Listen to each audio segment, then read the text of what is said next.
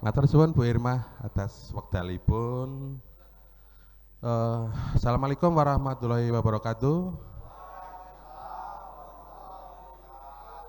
Salam sejahtera, namo buddhaya, Om Swastiastu buat teman-teman semua. Semangat pagi. Wah, kurang kompak ini. Semangat pagi. Oke, tepuk tangan dulu, tepuk tangan semuanya, tepuk tangan. Oke.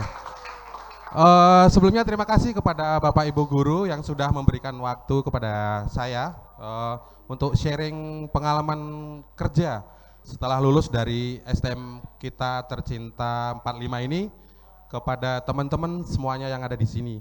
Karena saya di sini melihat teman-teman ini adalah harapan penerus bangsa yang akan meneruskan bangsa nanti ya teman-teman semua di sini nanti ini. Tepuk tangan dulu buat teman-teman semua.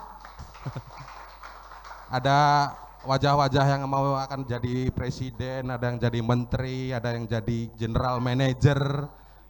Pokoknya luar biasa. Jadi setiap diri kita itu punya harapan ya. Setiap diri kita itu punya cita-cita. Wah, saya nanti ke depan mau jadi apa ya gitu ya. Ya kadang seperti itu. Jadi dalam setiap pribadi teman-teman semuanya di sini itu pasti akan punya cita-cita. Nanti setelah saya lulus sekolah mau ngapain? Saya setelah lulus sekolah nanti kuliah di mana, mau kerja di mana. Jadi latar belakang saya sharing ke teman-teman semua ini sedikit menambahkan wawasan. Bahwasanya lulusan STM 45 itu nggak kalah berjuang di tempat kerja itu nggak kalah baiknya gitu loh. Banyak sekali teman-teman STM 45 yang bekerja di luar sana dengan segala prestasinya. Ya mungkin saya masih ada lagi di atas saya yang lebih sukses di dalam pekerjaan, di dalam dunia pekerjaan di luar sana. Dan teman-teman di sini juga harus perlu bersyukur ya, ternyata banyak teman-teman cantik-cantik ini sekarang di sini. Saya dulu satu sekolahan cuma 4, bayangin aja tuh satu sekolahan sini cuma 4 yang cewek kan. Seperti itu.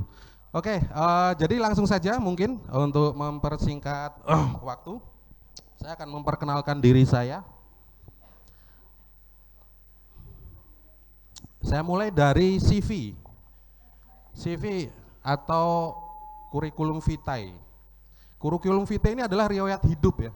Jadi riwayat hidup kita setelah kita sekolah, terus pekerjaan kita seperti apa itu, kita rangkum semua dalam kurikulum vitae ini. Nah, kurikulum vitae ini bisa dibilang ada self branding atau branding diri kita gitu loh. Kita itu setelah nanti setelah selesai sekolah, baik nanti STM atau teman-teman mau kuliah, itu akan bikin namanya kurikulum vitae. Ini adalah riwayat hidup kita selama mengenyam pendidikan ataupun di dalam pengalaman kerja nanti. Oke, nama saya Arif Priharyanto. Saya lahir di Gunung Kidul, Juli 2680, tinggal di Bogor, dan itu informasi yang lainnya, personal information saya. Nah, selanjutnya yaitu summary of experience. Jadi ringkasan dari pengalaman sekolah dan juga pengalaman kerja saya. Nah, ini summary experience saya. Jadi saya kurang lebih dari udah 23 tahun ya. Saya 23 tahun mempunyai pengalaman di bidang pengelasan, fabrikasi dan quality control untuk construction, fabrication sama pembuatan pressure vessel. Pressure vessel atau bejana tekan. Masih ada yang ingat nggak bejana tekan itu apa? Harusnya pelajaran IPA ini dikeluarin ini bejana tekan ya. Nah, jadi bejana tekan mungkin teman-teman kalau pernah lihat apa ya kilang minyak gitu ya, tangki-tangki itu, nah itu namanya bejana tekan. Jadi saya kurang lebih 23 tahun bekerja di bidang pengelasan dan fabrikasi untuk bejana tekan dan item-item yang lainnya. Selain itu berikutnya adalah case skill. Case skill itu kemampuan kita itu apa gitu loh. Nanti itu setelah kita sekolah, setelah kita pengalaman kerja, itu akan kita tulis di sini.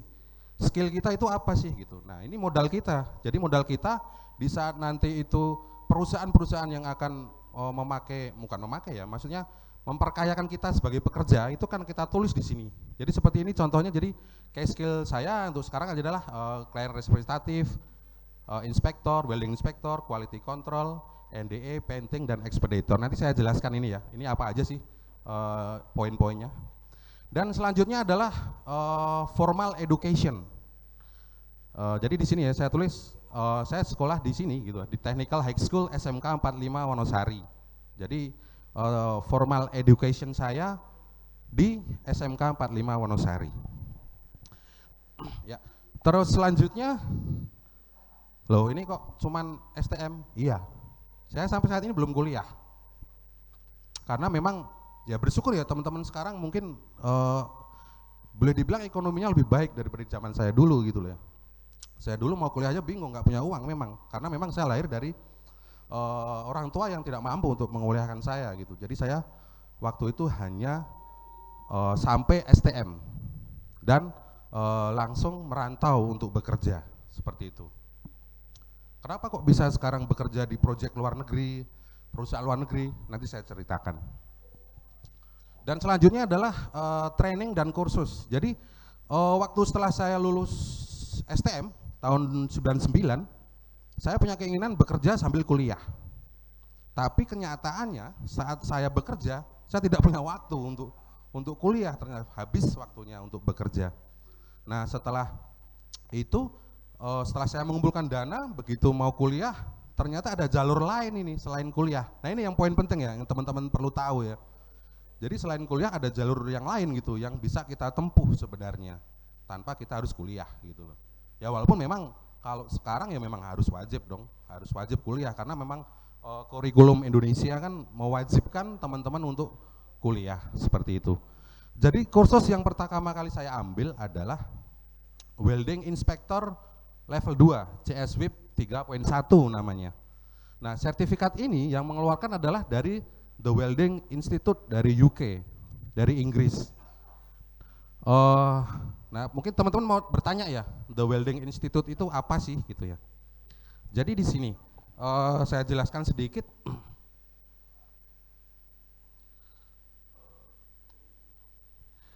Jadi ini TWI itu ini. Ya ini namanya The Welding Institute. The Welding Institute ini adalah organisasi penelitian dan teknologi dengan spesialisasi dalam pengelasan. Ia memiliki kantor pusat di dekat Cambridge, Inggris sejak 1946. Jadi waktu itu setelah saya bekerja, karena tidak punya waktu untuk kuliah, akhirnya setelah saya mengumpulkan dana gitu ya untuk tadinya untuk kuliah, ternyata ada jalur lain. Saya makanya ngambil sertifikat The Welding Institute ini. Oke, kita lanjut lagi. Nah setelah itu training yang saya ambil adalah radiographic interpretation. Jadi ini juga kursus ya, lebih ke kursus sertifikasi. Sertifikasi ini dikeluarkan oleh ASNT. ASNT itu apa sih gitu ya? ASNT adalah American Society for Non-Destructive Testing. Jadi ini salah satu lembaga dari Amerika yang mengeluarkan sertifikat ini di dalam pengambilan kursus ASNT ini.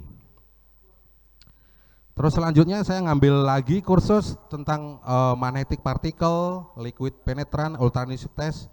Nah ini bagian dari NDT namanya. Nanti saya jelaskan juga ini apa sih ini sertifikatnya ini. Dan terakhir adalah saya ngambil kursus painting inspector. Nah setelah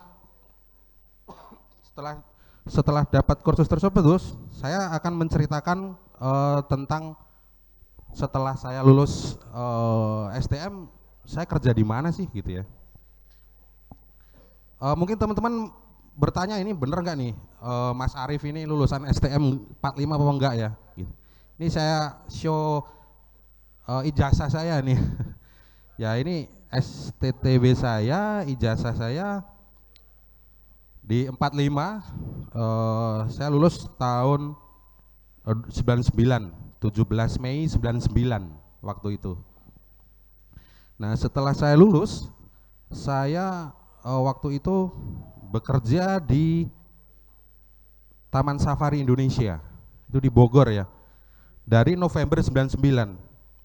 Jadi kurang lebih saya setelah lulus, saya 3 bulan saya ngirim lamaran ya ke tempat-tempat pekerjaan itu, saya kasih lamaran semuanya, dan akhirnya ada panggilan di Taman Safari Indonesia. Artinya apa? Artinya perusahaan-perusahaan di luar itu juga memandang gitu ya, maksudnya memandang SM45 untuk dijadikan karyawannya di dalam perusahaan tersebut. Jadi saya bekerja di Taman Safari Indonesia dari November 99 sampai Juli 2005. Jadi saya kurang lebih 5 tahun saya di Taman Safari Indonesia. Dan ini adalah position atau posisi saya apa di sana? Saya disebut itu sebagai welder sama technician mechanical. Jadi saya waktu di sana saya bekerja di bagian pengelasan, terus construction untuk proyek-proyek internal di Taman Safari tersebut, dan juga sebagai teknisi untuk mechanical. Jadi seperti itu. Terus ini adalah general responsibility-nya, dan terakhir jabatan saya adalah di pembuatan special effect. Jadi di sana itu ada wahana namanya Cowboy Show. Di dalam Cowboy Show tersebut ada efek-efek kayak di film gitu, mungkin teman-teman pernah lihat film ya. Jadi kalau nembak tembok nanti meledak, terus ngebom apa meledak. Seperti ini saya kasih fotonya. Ya, mungkin teman-teman pernah ada yang lihat lah ya. Jadi ada adegan, ada namanya film Cowboy Show. Nanti ada efek-efeknya. Jadi setelah alur cerita, terus rumahnya dibom, meledak. Nah, komponen-komponen ini adalah komponen teknikal semua sebenarnya, karena ini adalah dari gas. Mungkin teman tahu kan ya, gas LPG yang biasa buat masak itu. Nah, itu bahannya seperti itu. Jadi kita bikin kompresor, kita alirkan pakai pipa-pipa, pakai selang, pakai namanya keran valve, dan akan menimbulkan kebakaran. Jadi seperti ini kita timingnya kita paskan sehingga akan terjadi seperti ini. Dan ini juga jadi ada adegan nembak toren, terus tornya meledak. Ini juga sama, kita pakai kompresor, kita pakai pipa, kita pakai wiring atau selang-selang seperti itu, sehingga ada efek meledak seperti itu. Nah, ini sedikit saja yang di Taman Safari. Dan selanjutnya setelah 5 tahun saya bekerja di Taman Safari, bagi saya sudah cukup gitu. Maksud saya udah nggak ada tantangan lagi gitu ya, karena memang jujur saja saya pribadi yang pengen tantangan gitu loh. Ada sesuatu yang menarik, yang menantang. Akhirnya saya pindah di perusahaan namanya PT Daekyung Indah Heavy Industry. Jadi selama kurang lebih 3 tahun saya dari Desember 2006 sampai 2010. Posisi saya di sana adalah sebagai QA sama QC. Jadi QA itu quality assurance, QC itu quality control. Jadi ini beberapa project yang waktu itu pernah dijalani, mulai dari project dari Singapura, dari Vietnam, dari Kanada, ada juga yang dari Trinidad sama Tobago. Dan dia bikin apa sih gitu lah. Jadi perusahaan Daekyung ini dia fabrikasi ya. Kalau teman-teman mungkin taunya itu pabrik gitu ya, pabrik sepatu, pabrik baju gitu. Ini juga sama sebenarnya, tapi dia lebih disebut fabrikasi. Jadi dia akan membuat seperti tadi yang saya bilang bejana tekan untuk nanti proses di refinery atau pengolahan.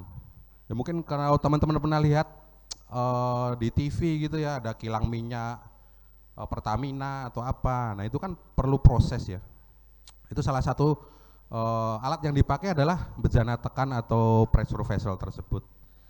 Jadi seperti itu, saya bekerja 3 tahun di PT Daekyung. Setelah itu saya di sini selama 3 tahun saya jadi quality control. Terus selama 1 tahun saya jadi NDT inspector. NDT inspector ini adalah non destructive test namanya. Jadi uji yang tidak merusak. Nanti saya jelaskan juga itu apa itu NDT Store. Terus selanjutnya saya dari Juni 2010 sampai April 2011, kurang lebih 1 tahun ya.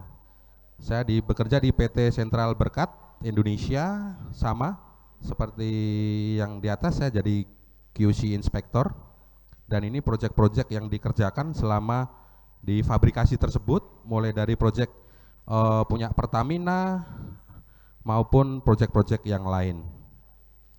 Dan ini salah satu tugasnya ya, tugasnya sebagai seorang quality control itu apa saja sih? Jadi ini summary lah, ringkasan tugas-tugasnya seperti membaca drawingnya atau gambar, terus persiapan prosedur dan yang lainnya. Dan selanjutnya saya April 2011 sampai September 2011, kurang dari 1 tahun ya, saya dikerja di PT Inti Mutu Sejahtera Nusantara sebagai ND Inspektor. Dan ini proyek-proyek yang dikerjakan selama di perusahaan tersebut. Dan selanjutnya dari September 2011 sampai Oktober 2011, kurang dari 1 tahun, saya bekerja di Chiyoda Petrostar sama Samsung Saudi Arabia Konsorsium. Nah, ini pertama kali saya masuk di perusahaan dari luar negeri ya, yang untuk sebagai QC Inspektor ini. Ini posisi QC Inspektor, ini kliennya, projectnya, dan ini lokasinya. Jadi di bulan September 2011 ini saya mulai expand ya, bekerja di Malaysia waktu itu dan juga di Singapura selama kurang lebih 8 bulan di sana. Setelah itu Oktober 2011 sampai Maret 2012 saya bekerja di perusahaan dari Singapura namanya Chiyoda Singapura. Sama waktu ini sebagai expediter. Ini proyeknya Shell Petroleum, lokasinya di Cilegon di Indonesia. Terus lanjut lagi 2012 sampai Mei 2012 saya bekerja di Chiyoda Corporation sama JGC Joint Venture. Ini juga perusahaan dari Jepang ini ya. Jadi proyek yang dikerjakan itu punya proyek dari Papua Nugini, nama proyeknya PNG LNG. Lokasinya di Singapura. Jadi waktu itu juga sempat bekerja di sana di Singapura kurang lebih 8 bulan di sana. Selanjutnya September 2012 sampai Januari 2013 masih sama, perusahaan dari Singapura, Chiyoda Singapura. Lokasinya di Indonesia dan juga di Singapura dan juga di Malaysia. Jadi 3 negara waktu itu ya. Jadi di Indonesia, di Singapura. Jadi saya travel ya, dari Indonesia saya ke Singapura, saya ke Malaysia. Selama kurang lebih 9 bulan saya keliling seperti itu. Dan selanjutnya Februari 2013 sampai Maret 2013 itu perusahaan dari Amerika namanya International Quality Consulting. Proyeknya Biosystem Group Konsorsium di Indonesia. Lokasi juga di Indonesia. Dan next itu April 2012 sampai April 2014, kurang lebih 1 tahun. Saya gabung dengan Samsung Engineering dan Tripatra. Ini perusahaan dari Korea. Perusahaan di Korea, posisi masih sama sebagai QC Inspector. Nama proyeknya Joint Operating Body Pertamina Medco Tomori Sulawesi di Indonesia. Lokasinya di Indonesia juga. Dan next Juni 2014 sampai 2015, kurang lebih 1 tahun, saya gabung dengan JGC dan Chiyoda. Ini juga perusahaan dari Jepang. Posisi sama, QC Inspector. Ini proyeknya untuk di Vietnam. Jadi dibikin di Indonesia, setelah selesai dikirim ke Vietnam. Lokasinya di PT Hanjung Indonesia di Bandar Lampung. Kurang lebih 1 tahun di sana. Dan selanjutnya Juli 2014 sampai Agustus 2016, kurang lebih 1 tahun. Itu perusahaan dari Amerika juga, namanya Quastal Technology. Proyeknya di Kamojang di Indonesia. Lokasinya di Garut, Jawa Barat sebagai QC Inspector. Dan selanjutnya lebih dari 1 tahun, Agustus 2016 sampai Mei 2017, itu namanya perusahaan American Bureau of Shipping. Ini juga perusahaan dari Amerika. Jadi waktu itu sebagai General Inspector. Lokasinya di Indonesia. Lanjutnya Juni 2017 sampai Desember 2017, itu kurang dari setahun.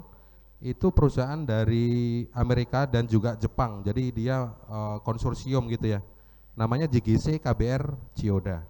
Ini juga sama sebagai General Inspector, proyeknya Iktis Project namanya. Lokasinya di Singapura. Jadi sempat juga ke Singapura lagi. Dan dari Desember 2017 sampai September 2021, kurang lebih 3 tahun, itu konsorsium juga, jadi gabungan gitu ya, beberapa perusahaan namanya CSTS, di Chiyoda, Saipem, Tripatra, Suluh Ardi. Ini juga sama, posisi sebagai QC Inspector, proyeknya Tangguh Expansion Project, lokasinya di Indonesia. Dan ini yang sekarang ya, jadi yang sekarang saya mulai dari September 2021 sampai hari ini, saya masih bekerja dengan Chiyoda Corporation. Posisi saya sekarang sebagai QC Koordinator, proyeknya punyanya Freeport, nama proyeknya Manyar Smelter Project. Jadi ini proyeknya lokasinya di Gresik, Jawa Timur. Mungkin saya share dulu ya untuk lokasi proyek. Jadi ini lokasi proyeknya di Gresik, Jawa Timur. Waktu itu groundbreaking Oktober 2021 oleh Bapak Presiden kita, Bapak Joko Widodo. Waktu itu groundbreakingnya di Oktober 21. Dan ini kondisi sekarang ya, kondisi sekarang di site di Gresik sana ya, sedang progres pembangunan construction di site tersebut. Jadi seperti itu.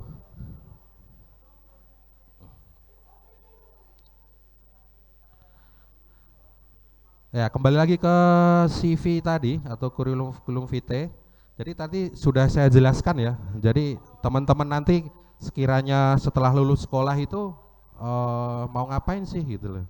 Nah, teman-teman mungkin mulai perlu belajar cara membuat kurikulum vitae atau riwayat hidup teman-teman semua untuk nantinya dijadikan modal teman-teman di saat nanti teman-teman mau melamar pekerjaan di sebuah perusahaan seperti itu. Jadi itu perkenalan saya mulai dari saya riwayat hidup saya setelah lulus sekolah dari STM 45, pekerjaan apa saja yang sudah saya jalani. Nah itu yang saya share ke teman-teman, karena salah satu latar belakang saya juga cerita ke teman-teman ini karena di saat saya menjalani pekerjaan saya ini belum banyak menemukan talenta-talenta dari Gunung Kidul gitu loh. Jadi rata-rata dari luar daerah semua gitu. Lah kenapa kok Gunung Kidul ini masih minim gitu, masih belum banyak yang bekerja di bidang seperti ini. Nah itu salah satu tujuan saya. Ya memang semuanya ini kan kita kembalikan ke diri kita masing-masing ya. Kembalikan ke kita diri masing-masing. Kita harus punya motivasi diri gitu setelah saya kalau kita sekolah ini buat apa sih sebenarnya, kita kan buat diri kita, bukan buat orang lain, bukan buat orang tua teman-teman semua gitu loh. Orang tua teman-teman ya akan mengikuti nantinya, cuman yang pasti tujuan kita sekolah itu adalah untuk diri kita, bukan buat orang lain. Jadi masa depan teman-teman itu teman-teman yang menentukan sebenarnya. Saya mau jadi apa sih ke depan gitu. Seperti itu yang sebenarnya yang latar belakang kenapa kok saya sharing ke teman-teman semua. Jadi teman-teman biar punya gambaran, sedikit wawasan dunia pekerjaan di luar itu seperti apa, seperti itu. Nah kalau boleh cerita sedikit, mungkin zaman saya sekolah ya, saya kan angkatan 99 ya, jadi dari tahun 90-an itu ya mungkin beda ya budayanya sama sekarang. Saya dulu sekolah itu isinya cuma 2, kalau nggak berantem tawuran, udah. Ya mungkin teman-teman boleh tanya ke Pak Yusuf, itu kebetulan wali kelas saya ya. Kelas saya itu kelas paling nakal dulu. Kelas paling nakal. Jadi kalau udah bolos ya kompak, satu kelas bolos semua sudah gitu loh. Kalau pengen tawuran ya sudah, kita ke sekolah mana kita hajar mereka semua habis gitu loh. Ya tapi itu kan zaman dulu ya. Zaman dulu memang boleh dibilang kalau sewaktu saya sekolah dulu itu pokoknya STM itu harus berkuasa gitu. Jadi Gunung Kidul kita kuasai dulu sampai ke mana, SMA Rongkop sana ya. Rongkop itu daerah eh, Ponjong sana arah ke Pacitan Pracimantoro itu kita sampai ke sana itu hanya buat berantem. Tapi teman-teman waktu itu istilahnya apa ya, kalau Jawa itu sumbut ya. Sumbut itu apa Mas? Sumbut itu apa ya? Sumbut itu maksudnya ya walaupun kita nakal tapi kita selalu mengikuti pelajaran gitu loh. Setiap tugas dari Bapak Ibu guru kita kerjakan. Seperti itu. Jadi walaupun kita dulu nakal, ya wajar lah kalau dulu STM nggak nakal ya bukan STM lah gitu. Kalau STM nggak tawuran ya bukan STM itu. Itu zaman dulu ya. Tapi kita selalu komitmen, walaupun kita nakal ya kita harus sadar diri ya. Orang tua kita sudah capek-capek membiayai kita sekolah dari kelas 1 sampai kelas 3 atau kelas 9 ya, 10 sampai kelas 12 itu kan dibiayain sama orang tua ya. Ya kita harus komitmen dong gitu loh. Walaupun kita nakal ya kita harus belajar sungguh-sungguh. Di saat nanti kita ujian, kita ulangan ya kita harus belajar sungguh-sungguh. Karena ya itu tadi kembali ke kita gitu ya. Masa depan kita itu yang menentukan bukan orang lain. Bukan Bapak Ibu guru, bukan orang tua, bukan pacar kita. Yang menentukan masa depan ya diri kita masing-masing gitu loh. Ya kalau nakal ya wajar lah, itu sebatas kita nakal gitu ya. Cuman kita harus punya komitmen. Kita harus punya komitmen diri bahwasanya nakal boleh tapi ya harus smart, harus pinter gitu loh. Seperti itu. Itu yang pengen saya sharing ke teman-teman semuanya di sini. Agar teman-teman punya wawasan lah ya itu tadi ya, punya wawasan, punya gambaran, mudah-mudahan menginspirasi gitu ya, mudah-mudahan ya. Ya kan dari sekian banyak kan itu tadi pasti akan jadi seseorang nanti di kedepannya lagi. Oke, selanjutnya saya mau sharing pekerjaan yang hari ini ya, yang hari ini saya kerjakan.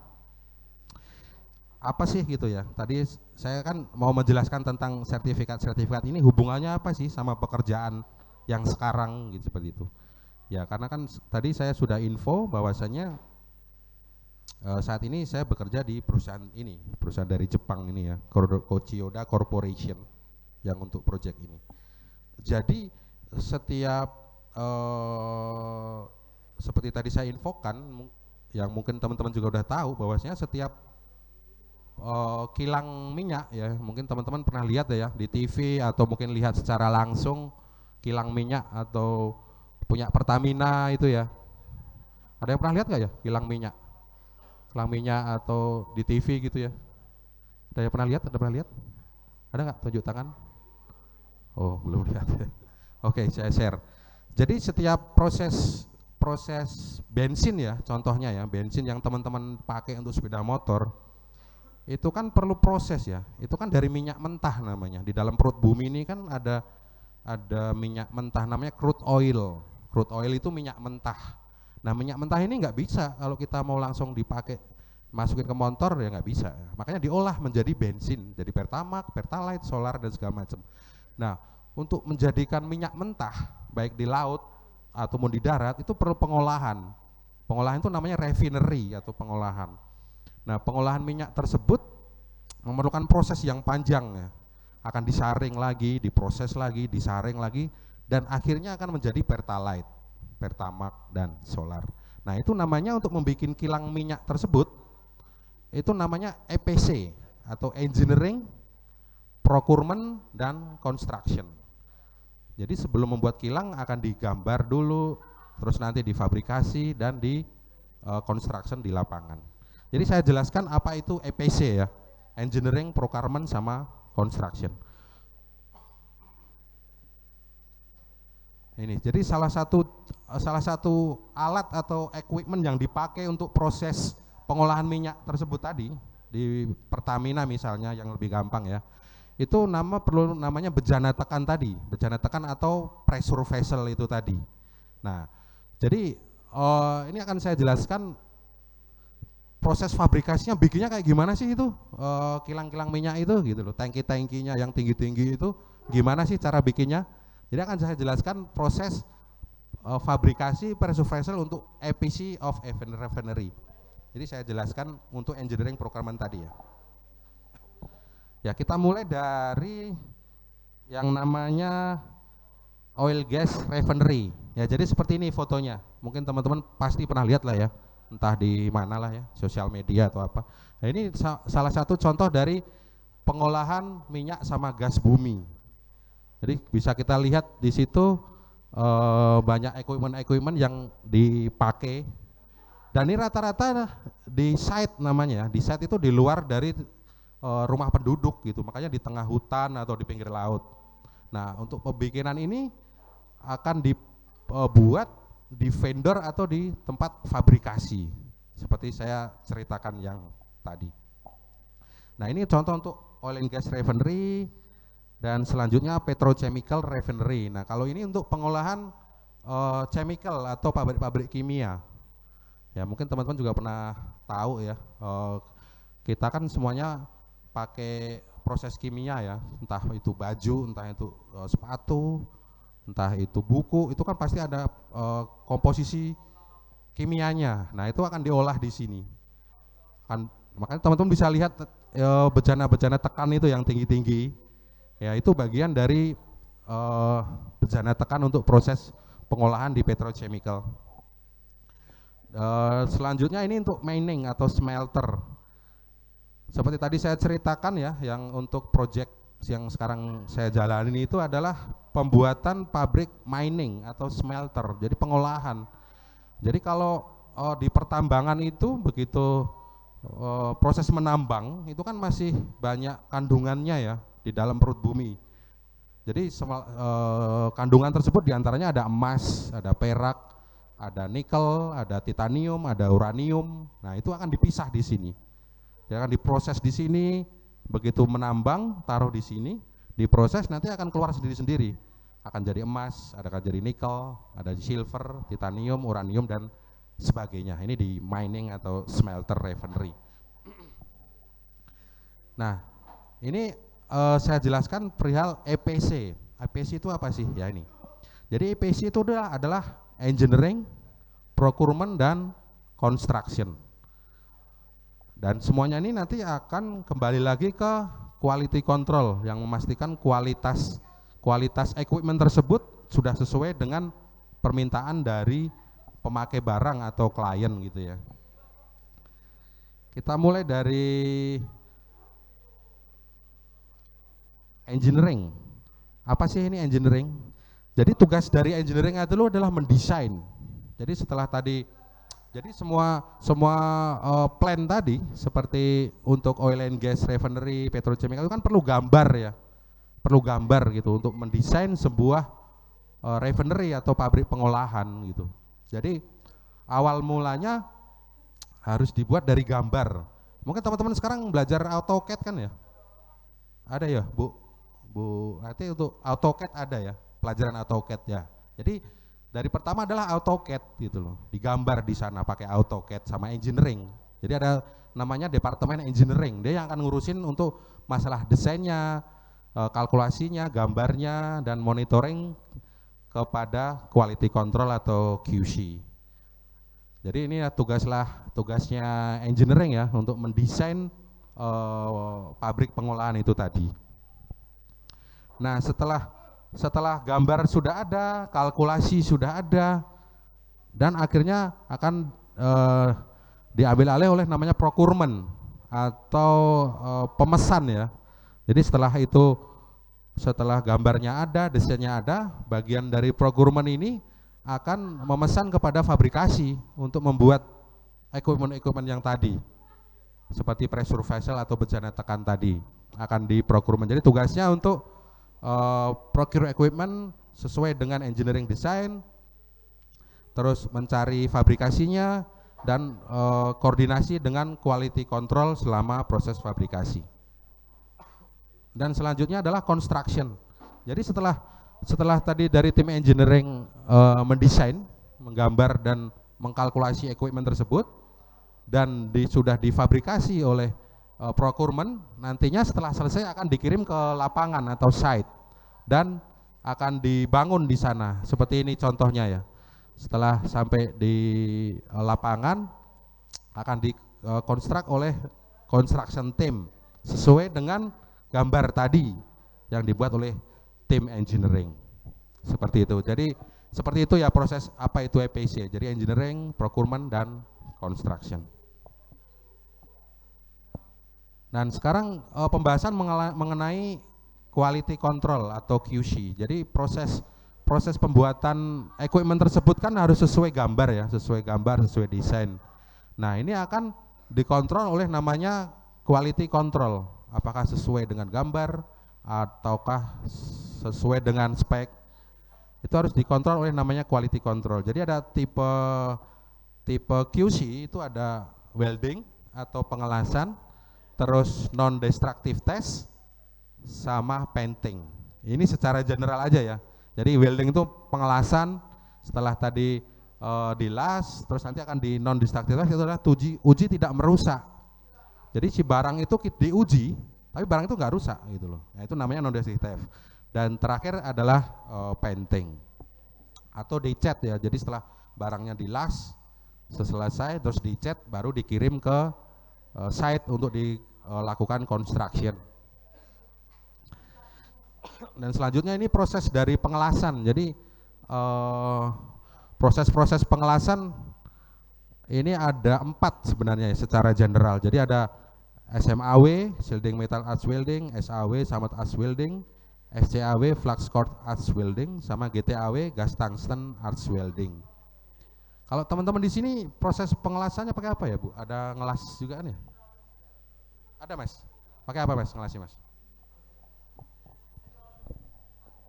Las listrik SM ya. Kalau las listrik itu yang pakai elektrod ya, kayak kawat las ya.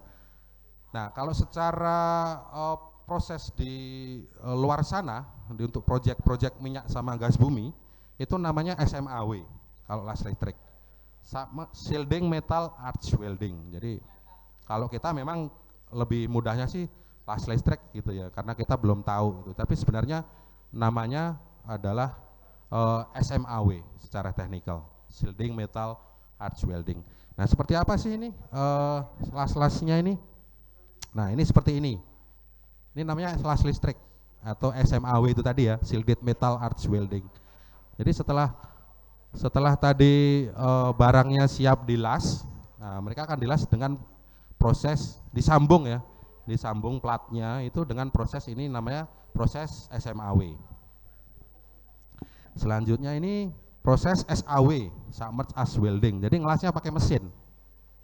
Jadi plat sama plat disambung, terus nanti dilas pakai mesin. Kalau yang ini pakai mesin namanya Submerged Arch Welding atau SAW.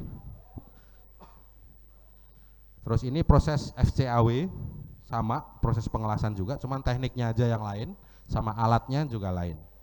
Ini FCAW. Terus ini GTAW. Nah, mungkin teman-teman kalau pernah lihat las karbit gitu ya, pakai kawat terus yang satu jalan, nah itu pakai ini, namanya GTAW, Gas Tungsten Arch Welding. Juga sama, proses pengelasan menyambung dua material plat. Oke, nah tugas-tugasnya quality control apa aja sih? Ya ini.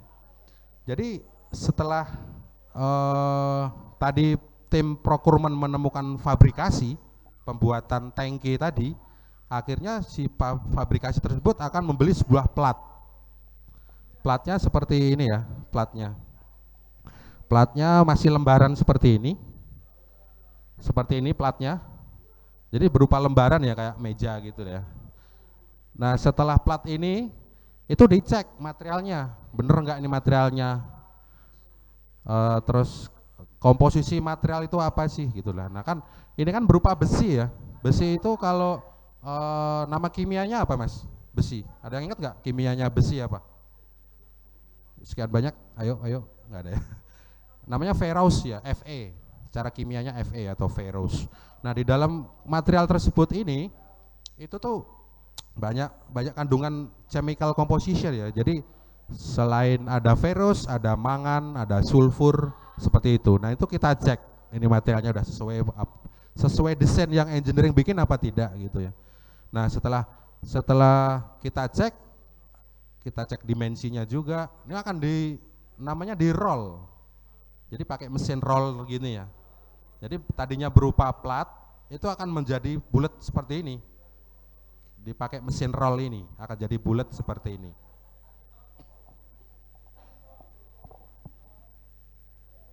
Nah, setelah tadi jadi bulat, itu akan disambung. Jadi di roll jadi bulat, akan disambung, akan jadi kayak gini nih, tangki ini. Seperti ini. Jadi disambung, dilas pakai proses pengelasan yang tadi. Yang SMAW, GTAW, SAW seperti itu. Akan dilas, jadi kita cek kawat lasnya, kita cek ampernya, voltasenya, sama kecepatan pengelasan itu kita cek juga. Nah, itu tugasnya quality control, itu memastikan semuanya itu sudah sesuai dengan prosedur dan desainnya. Nah, setelah dilas ini akan kita cek visualnya, kita cek. Setelah selesai kita cek visualnya, visual itu maksudnya pengamatan ya, pengelasan bagus enggak, prosesnya bagus enggak, itu akan kita cek secara visual cek, dan akan dilakukan non destructive test atau pengujian tidak merusak yang tadi saya jelaskan. Nah, tipe-tipe uji tidak merusak itu ada apa aja sih gitu ya. Jadi secara general itu ada 4, namanya RT atau radiographic test, UT atau ultrasonic test, MT atau magnetic test, sama PT atau penetrant test. Nah, ini apa aja sih saya jelaskan di sini ya. Ya mungkin teman-teman pernah lihat hasil ronsen ya di rumah sakit itu ya. Ya mungkin ya pernah lihat lah ya. Jadi waktu kita ngelas tadi, ngelas plat, kan kita tidak tahu di dalam pengelasan itu bagus enggak sih gitu. Hasil pengelasan bagus enggak, platnya nyambung apa enggak, pengelasannya nyambung apa enggak.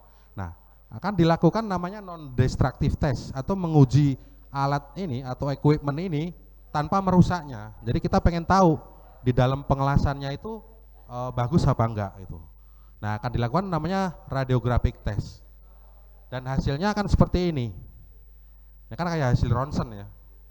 Jadi kita akan tahu di dalam pengelasan equipment ini waktu orang ngelas tadi itu bagus apa enggak gitu. Hasilnya akan kita ketahui dari sini. Kayak seperti teman-teman lihat di sini ya. Oh, ini berarti pengelasnya tidak nyambung, di dalam itu kosong. Kosong di dalam waktu. Pengelasannya tidak bagus seperti ini. Terus selanjutnya ultrasonic test. Nah, kalau di bidang kedokteran USG. Kan kita pernah dengar juga ya namanya USG ya. Kalau pengujian di rumah sakit seperti ini prinsipnya hampir sama ya. Jadi pakai namanya alat ultrasonic test. Nah, nanti kita akan mengetahui nih di dalam plat ini hasilnya kayak apa, nyambung apa enggak, pengelasannya, platnya nyambung apa enggak, akan kita ketahui dari sini. Seperti itu. Dan ini hasil dari ultrasonic testnya. Jadi pakai gelombang ultrasonik untuk melakukan pengujian pengelasan tersebut. Terus selanjutnya ini adalah magnetic test. Magnetic test juga sama. Dia menguji pengelasan menggunakan medan magnet. Jadi ini pakai kutub utara sama kutub selatan, terus dia pakai namanya cairannya di sini, kita semprotkan di sini. Karena ada medan magnet, akhirnya cairan tersebut akan ditarik oleh medan magnet tersebut, kutub utara sama kutub selatan. Jadi kita akan tahu pengelasan ini bagus atau tidak. Dan NDT yang terakhir yaitu penetrant test. Kalau penetrant test ini juga sama ya, uji tidak merusak gitu ya. Sama prosesnya untuk mengetahui proses pengelasan itu bagus atau tidak, nyambung atau tidak.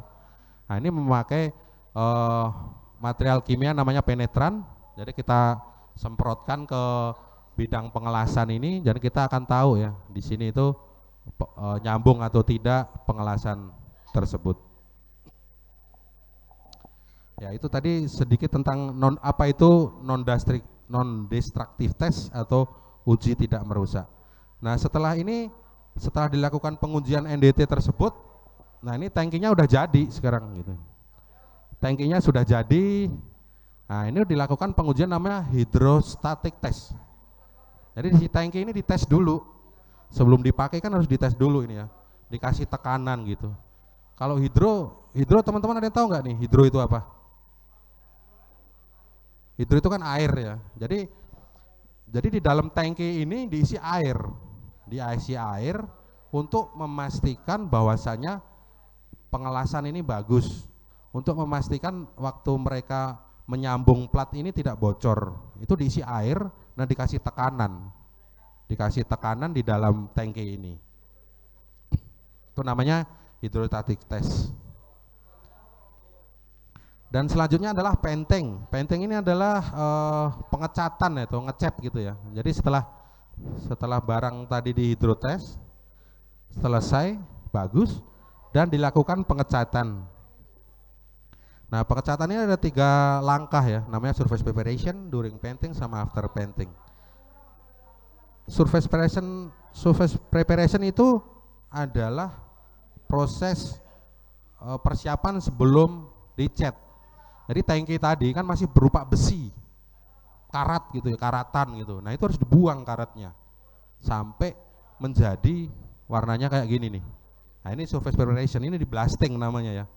Jadi tangki yang karatan tadi di blasting itu dari selang ini ada angin sama pasir gitu, ditembakkan ke sini, ke barangnya kan jadi warnanya jadi putih gini. Nah ini surface preparation atau blasting ya, sebelum dilakukan pengecatan. Nah setelah di blasting akan dilakukan painting ya. Nah ini, jadi setelah tadi selesai di blasting, barang itu akan dicat sesuai dengan sesuai desain juga ya. Jadi kembali lagi ke desain, jadi semua udah diatur ya, udah ada namanya prosedur. Jadi prosedurnya harus pakai materialnya ini, cara pengecatan bagaimana, itu diatur semua selama pengecatan ini. Nah setelah selesai seperti ini jadinya. Tadi yang masih karatan terus di blasting, dan ini setelah di painting atau dicat itu akan jadilah seperti ini. Ini setelah dicat ya. Setelah dicat terus kita lakukan pengujian untuk visualnya bagaimana, ketebalan dari pressure vessel itu seperti apa, apakah sesuai dengan prosedur yang sudah dibikin oleh tim engineering. Nah setelah dilakukan pengecatan tersebut dan akhirnya barangnya siap dikirim. Nah ini langkah yang sudah yang terakhir ya. Jadi setelah tadi proses dari materialnya, di roll, di welding dan sebagainya, dan ini udah siap untuk dikirim, jadi ready for delivery. Barangnya ini sudah di packing dan siap dikirim ke lokasi tadi waktu construction.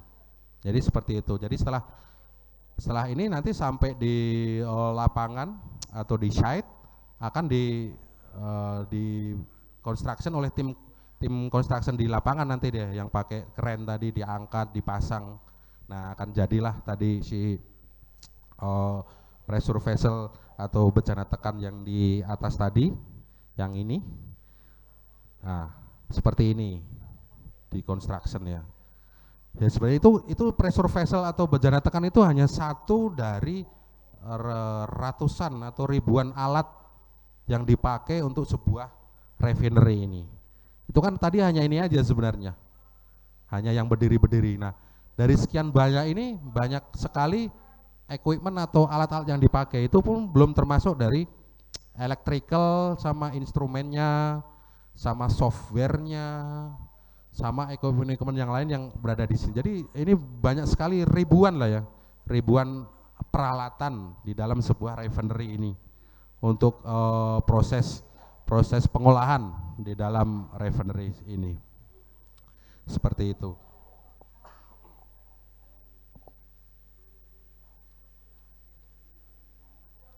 Ya, jadi seperti itu proses pembuatan. Sedikit saya share ke teman-teman biar tahu, kalau teman-teman suatu saat lihat kilang minyak atau di TV lihat film ada kilang-kilang minyak itu gimana sih cara bikinnya gitu. Nah seperti itu tadi prosesnya. Jadi biar teman-teman tuh ada gambaran lah ya, ada gambaran, ada wawasan. Oh ternyata bikin kilang minyak itu prosesnya kurang lebih seperti itu gitu. Jadi teman-teman beritahu. Nah, nah hubungannya apa ini sekarang nih sama apa yang saya agendakan hari ini gitu ya. Ya kembali lagi saya ceritakan bahwasanya untuk proses fabrikasi maupun proses construction, proses engineering itu saya belum banyak menemukan talenta-talenta dari Gunung Kidul gitu. Ya mungkin teman-teman atau teman-teman di Gunung Kidul belum tahu bahwasanya prosesnya seperti ini loh gitu, seperti itu. Terus mungkin yang perlu saya tambahkan juga, ya kenapa tadi kok saya belum sempat kuliah sampai hari ini, walaupun memang saya masih pengen gitu ya, pengen untuk melanjutkan studi di kuliah nanti gitu. Ya makanya tadi saya tempuh dengan cara yaitu sertifikasi profesi. Jadi saya banyakin gitu ya, saya ngambil beberapa sertifikat profesi untuk menunjang pekerjaan saya seperti itu.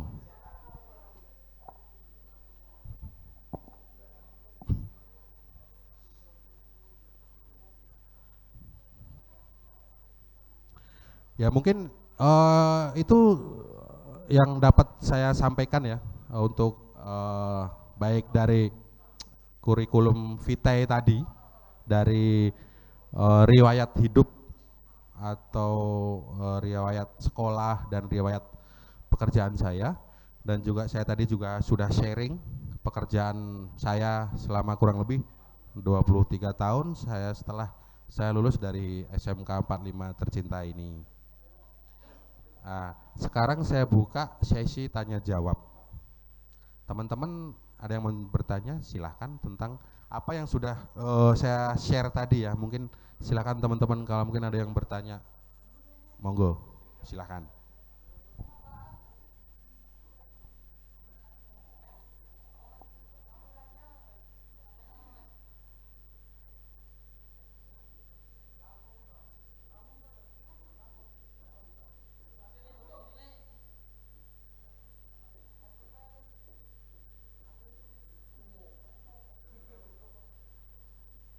Monggo, ada yang bertanya teman-teman?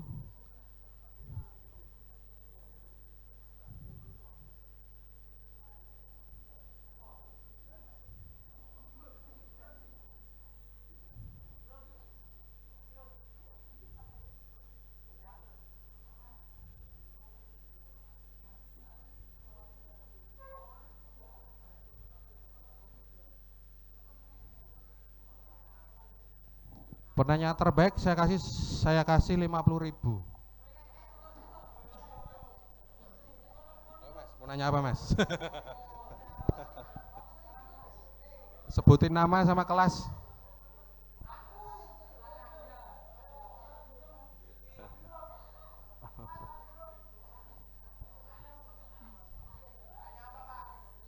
Ya terserah apa saja yang sudah saya jelaskan tadi.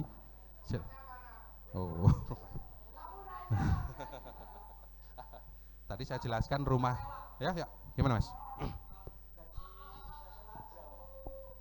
Oke, kita ngomongin gaji. Wah, pinter banget nih pertanyaannya nih ngomongin gaji. Gaji ya, kalau dibilang gaji itu kan kembali ke tadi, kayak skill tadi ya. Jadi setiap perusahaan punya standar masing-masing setiap penggajian ke karyawan, tapi minimal UMR ya kalau sekarang kan ya. Ya kalau UMR ya kembali lagi ke masing-masing daerah, gajinya akan menyesuaikan UMR. Hanya saja untuk welding inspector ini kan sebenarnya profesional, lebih larinya ke profesional ya. Jadi nggak semua orang mengambil jurusan untuk profesional di welding ini. Kalau gaji sebenarnya gampang aja, bisa lihat di Google kok itu mas. Saya juga nggak hafal soalnya gaji. Oke, saya bukain Google ya. Kita buka Google.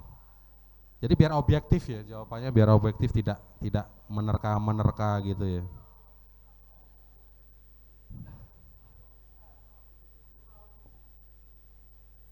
Kita ketik misalnya gaji welding inspector. Oke.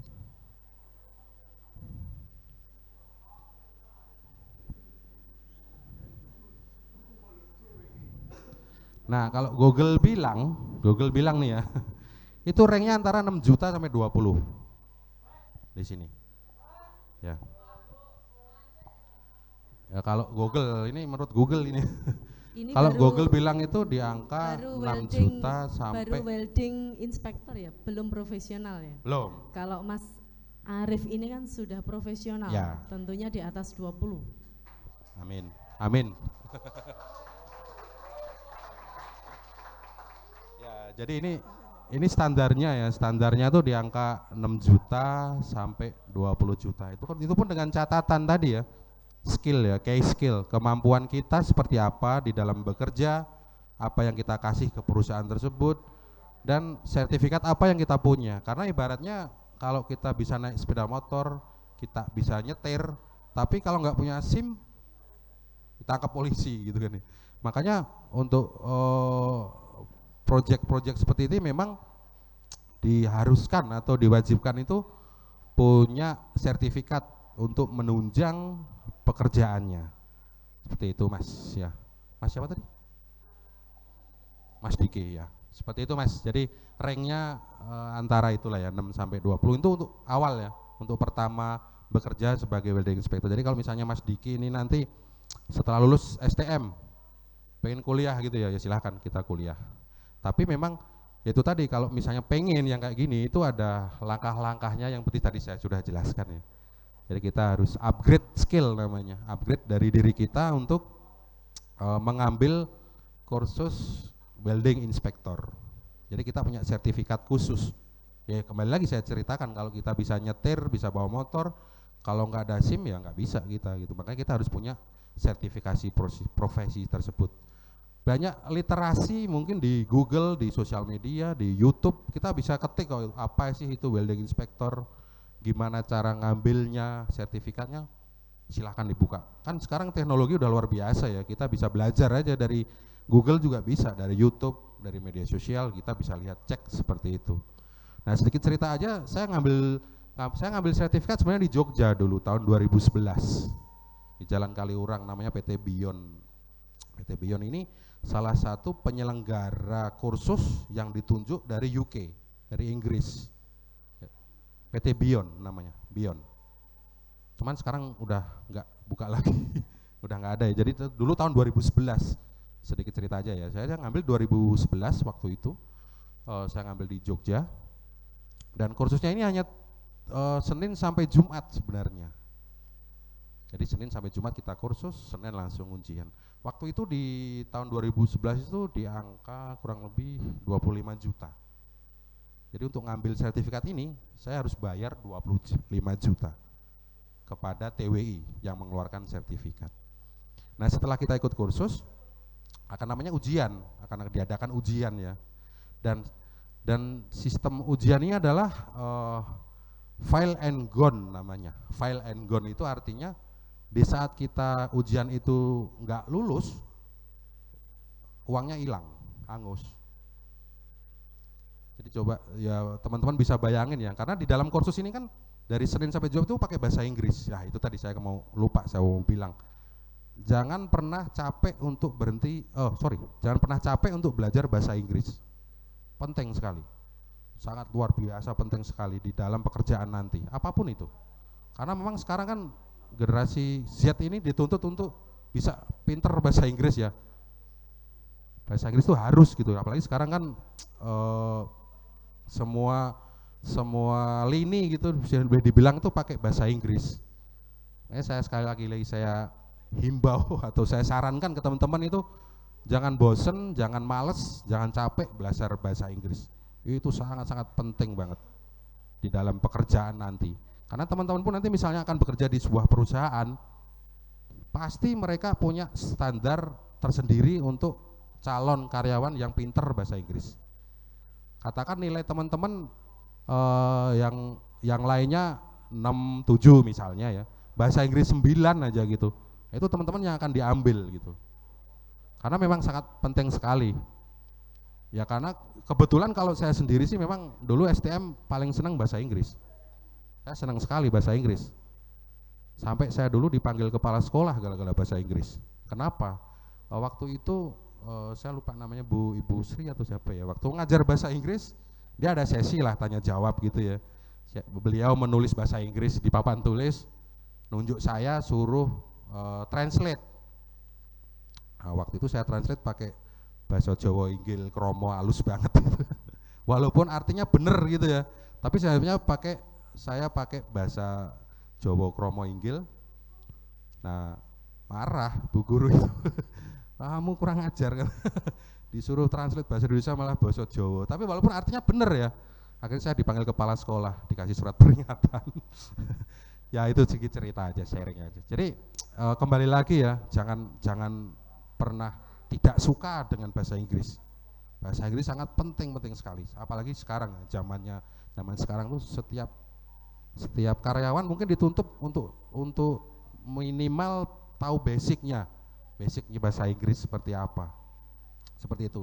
Nah, kembali lagi masalah kursus tadi, setelah jadi dalam kursus tersebut dalam Senin sampai Jumat itu pakai bahasa Inggris semua.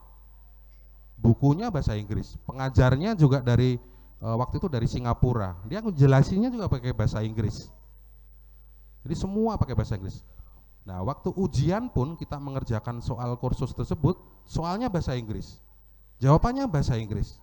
Jadi bayangkan ya teman-teman, di saat tadi dananya untuk ngambil kursus 25 juta dengan sistem file and gone, kalau nggak lulus angus, artinya kan kita harus mikir soal tersebut dengan jawabannya dan mikir uangnya ini nih. Ini kalau saya nggak lulus angus, belum mikir jawaban, mikir soal seperti itu. Makanya ya itu sedikit cerita aja ya untuk yang masalah ngambil sertifikat welding inspector di Jogja tadi. Jadi dari waktu itu ada 27 orang yang ngambil sertifikat ini di Jogja 2011 itu. Dari 27 itu yang lulus cuma 7. Jadi dari 27 orang yang lulus cuma 7. Jadi memang susah gitu. Dan saya salah satu dari 7 tersebut, jadi saya juga langsung lulus waktu itu. Ya makanya tapi sebelum mengambil sertifikat tersebut, saya sudah mempersiapkan selama setahun. Jadi dalam waktu setahun itu saya pelajarin, kan ada bukunya ya, bukunya itu saya pelajarin terus. Saya ngambil dari Google, saya ngambil dari YouTube, media sosial itu saya cari terus. Setiap malam saya pelajarin. Nah setelah saya secara mental, karena kan ini harus mentalnya harus kuat dulu untuk ngambil ini.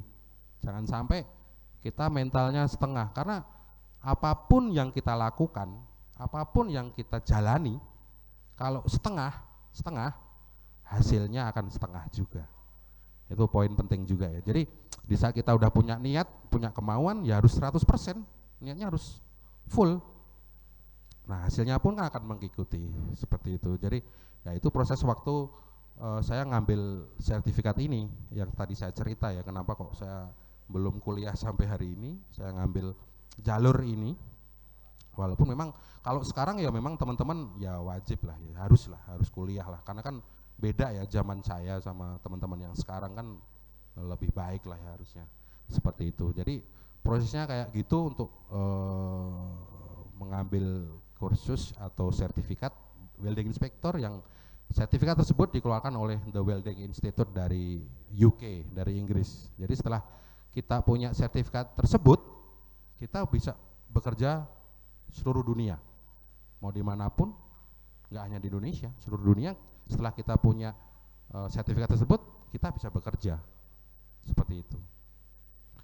Karena ya kembali lagi, kalau tadi saya bilang kalau orang bisa naik motor, kalau nggak bisa nyetir, nggak punya SIM, ya nggak bisa jalan gitu loh. Makanya penting juga untuk punya sertifikat. Jadi kalau setelah kita sekolah itu pendukungnya adalah sertifikat. Karena sertifikat itu kan bukti bahwasanya kita itu punya skill yang lain yang diakui. Nah, diakui kan perlu dokumen ya. Perlu dokumen. Ya itu salah satu namanya adalah sertifikat. Ya, Mas Diki ya. Perihal masalah gaji tadi, gaji welding inspector dan proses ngambil sertifikatnya gimana, seperti itu. Oke, makasih Mas Diki. Yang lain mungkin ada yang nanya? Ayo silakan. Ya, Mas, sebenarnya segmen kita itu kan kelas 12. Namun mungkin karena mereka itu anak-anak COVID ya, korban COVID, sehingga banyak di rumah untuk pelaksanaan daring. Untuk pengkondisian kembali memang kami dari pihak sekolah kesulitan, utamanya untuk mereka stay selama jam 7 sampai jam setengah 2 itu susah sekali. Apalagi kami sudah berupaya sebenarnya menyampaikan kepada orang tua supaya bisa anak-anak aktif kembali. Nah, anak-anak yang berada di sini itu ya memang niatnya memang berbeda. Di sela-sela itu untuk kelas 12 sebenarnya mereka mempersiapkan uji kompetensi yang mana nantinya akan menilai kompetensi keahlian mereka di kompetensinya masing-masing. Kalau dulu Mas Arief mungkin di mesin ya, masih mesin ya Mas? Mesin. Kalau anak-anak sekarang ini di teknik kendaraan ringan. Teknik kendaraan ringan, kemudian ada teknik komputer jaringan dan teknik desain pemodelan dan informasi bangunan atau yang dulu arsitek ya.